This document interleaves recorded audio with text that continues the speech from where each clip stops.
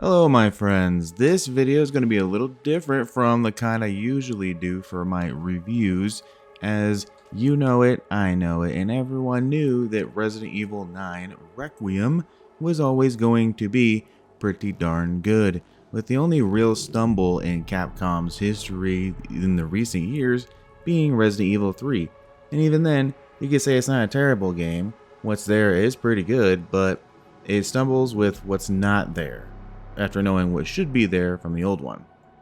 However, I can safely say that I think that this Resident Evil is probably the best of the new games that they've had in quite a while. I love this game. I love it to my core. This was made for me as a hardcore Resident Evil fan. I've played Resident Evil since Resident Evil 2 came out. That was my first introduction into the Resident Evil universe, and I played 1 a little later, and I've basically played every title as they've come out since then, with the only exception being like the 2 Chronicles games and Revelations when it first came out, because that was a 3DS game.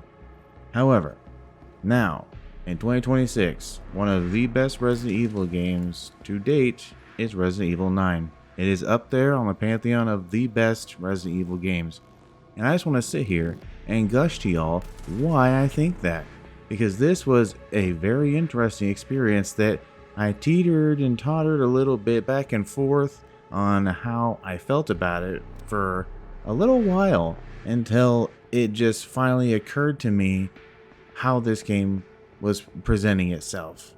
It's for the fans. For the fans 100%. I could never recommend this to a new Resident Evil fan. You probably should have a pretty good understanding of the Resident Evil lore before going into this. Specifically, what happens in Resident Evil Outbreak and all of the games where Leon is the central protagonist. That will give you the best appreciation for this game, its content, and like the story reveals and things that happen in it, as they change a lot of how we may see those past games and events that have happened.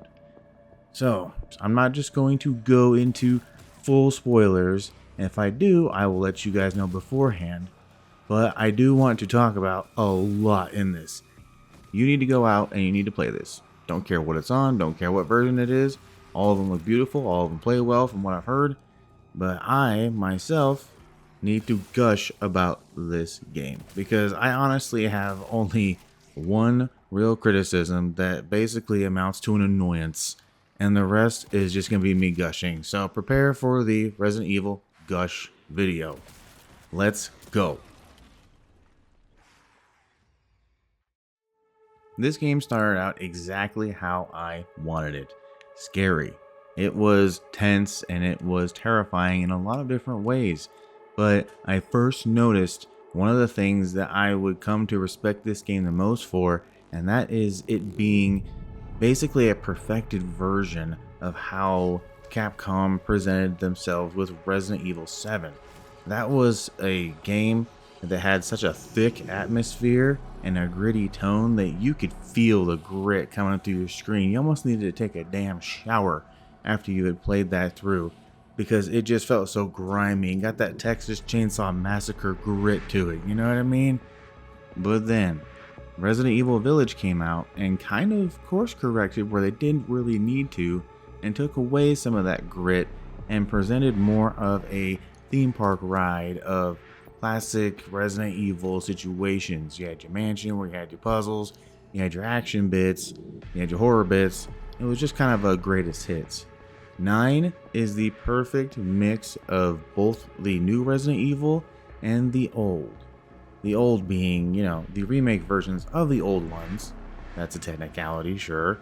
But the marriage between Grace's story, where it starts as a thick atmosphere horror game, and then you just immediately being thrown into Leon's shoes, where you are RE4 style Leon, where you can just decimate the living hell out of the zombie threat, is just the most cathartic thing ever. It makes pacing in this game feel so nice because I will say, for as much as I love Resident Evil 7, it does kind of drag in a few spots because the lack of variation here and there.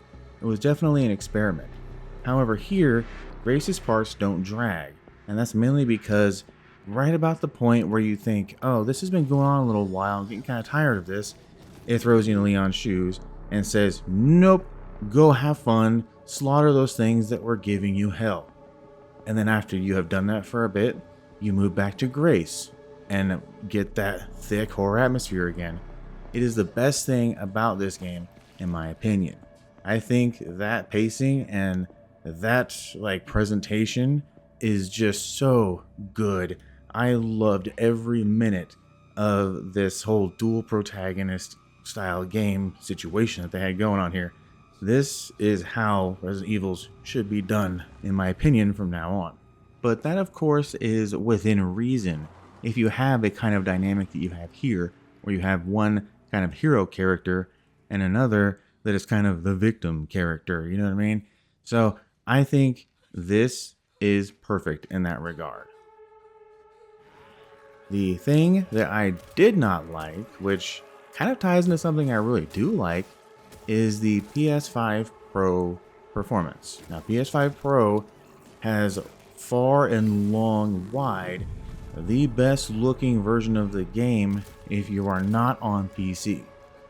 This looks so good, guys. Like, wow.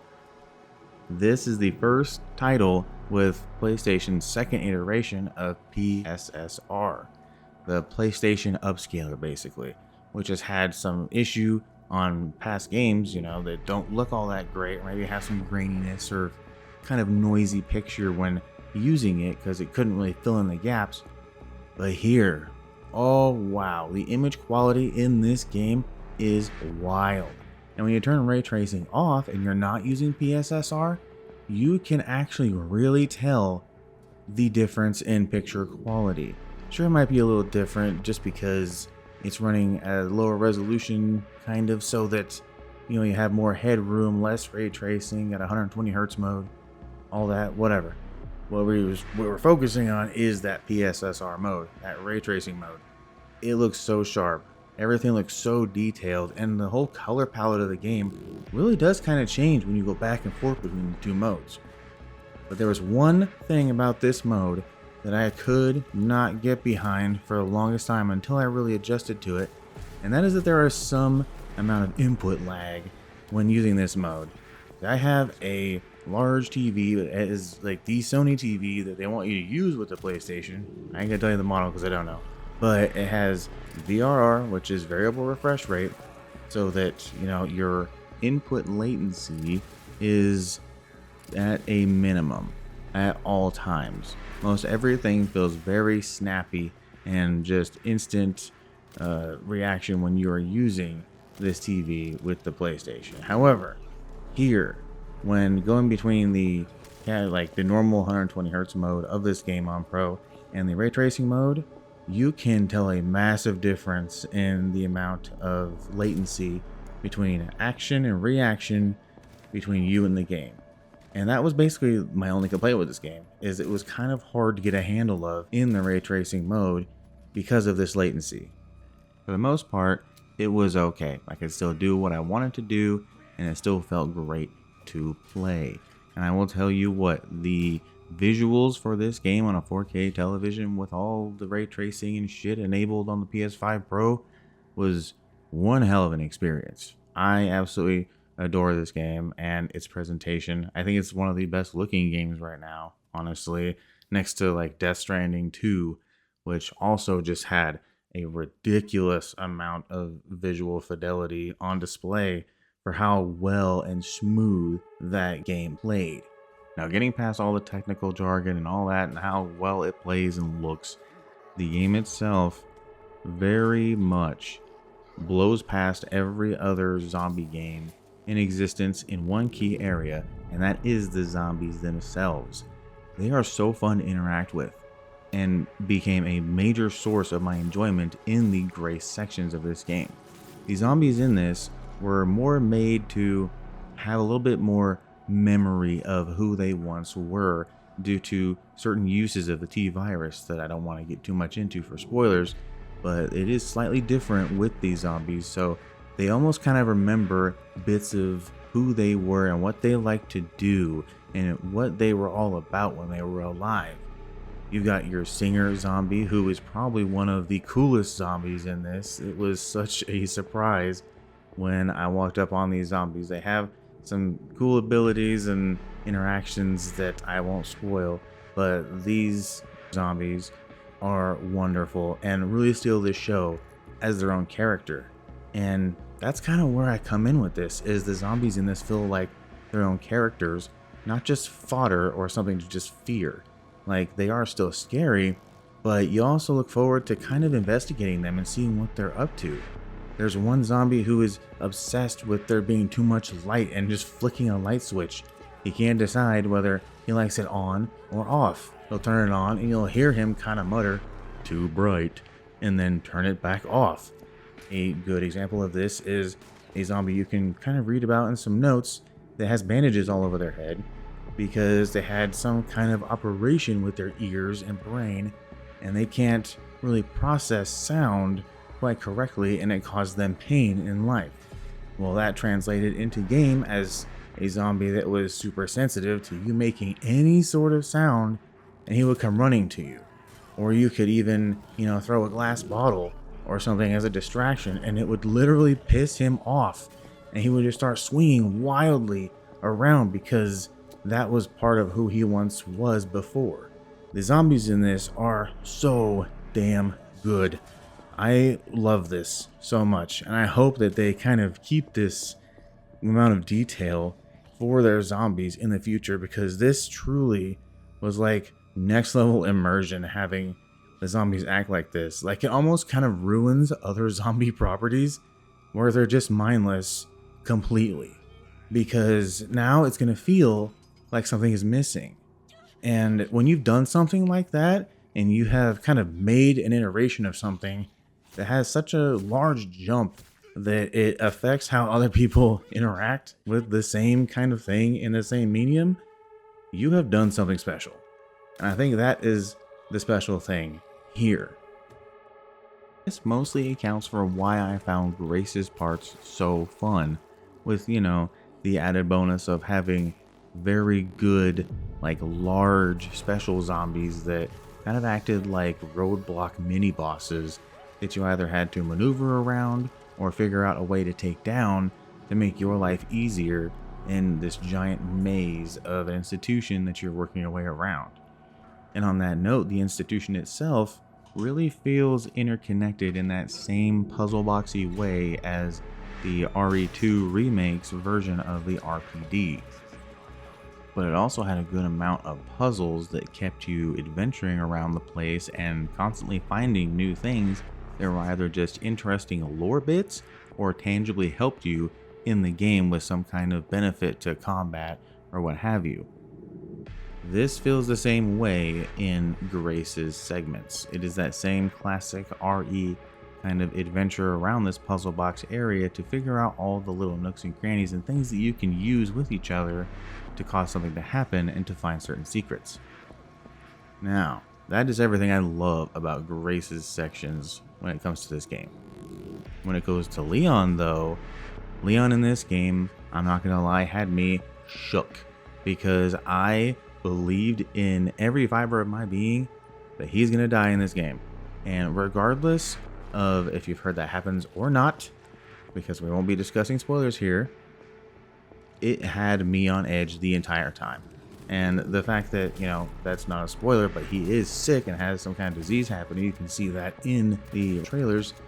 But that had me worried for my boy, because RE4 has been one of my favorite games, and I've spent so much time with this character that it really was a good source of having me feel tension as Leon, even though when you're Leon, you are really just bashing in zombies on the regular, and it feels so good. One thing I noticed immediately about this was that Leon's the characteristics and his combat and everything really do feel grizzled and refined to a sheen. He fights a bit differently than RE4 Remake Leon, because that was kind of him literally in his prime. Now he's a little more run down. He knows more, but he has a more direct approach and no nonsense approach to basically everything, and ends up being just more of a tank character than anything because this man is huge. Leon is a unit in this, similar to like what they did with Chris in Resident Evil 5, right? They made him big, they made him beefy, and that echoes through every single action that he takes, from opening cupboards to just completely tearing zombies to pieces with his hatchet. And this hatchet, man, I had mixed feelings at first, but it feels like a good way to balance the fact that, you know, you can parry and shit with Leon like you could in 4. Your axe isn't infinitely usable. You do have to like sharpen it in order to use it again. But this hatchet had me driven to do more context heavy takedowns, and that's when I discovered how awesome the context sensitive inputs and things are in this game. No matter what angle you're taking, no matter where you are, there is something to be done with the environment and how Leon approaches taking down a zombie. If you come at him straight from the front, you get a very straightforward takedown. If you come at him a little catty corner, you'll maybe get something completely different. Come at him from the side, you will absolutely get something different, along with the back and on the ground and things like that. Down to even having like a context sensitive gun takedowns that you can do when you see these context takedown buttons appear that are brutal and fantastic. And hats off to the animation team, because everything flows and looks so seamless. There's none of that awkward, like you're doing a takedown, your character slid into position to do this very like canned animation takedown thing. No. Every action, reaction, and context thing that you use as Leon has an equally fantastic animation tied to it. Especially when the combat heats up with some bosses and some of their takedowns and some of the ways you parry stuff. It's just so satisfying to just watch in motion. It really comes together kind of like a symphony of violence, really, when you start really getting a grip of how Leon works and get to the longer sections later in the game where you get to just be him and cut loose with everything he has to offer on everything everywhere. And it is so fun and so cathartic to just almost feel like this character's final chapter when you're playing it while revisiting Raccoon City, which, not a spoiler, it's in the trailers, we all know it was coming. That all together, being Leon, this badass Leon, going back to Raccoon where he was just this small time rookie, and then just going in as this grizzled professional wiping the floor with all these zombies, really feels like unfinished business and has its own catharsis along with it. I really cannot recommend this game enough. I absolutely love almost every aspect of this game, and I really hope it hits everyone just the same as it did me, or even more so if you have an understanding of this game's past, because there's very few sequels and very few like trilogies of things, because this almost feels like the end of a trilogy, right? You had Leon's 2, Leon's 4, and now you have Requiem.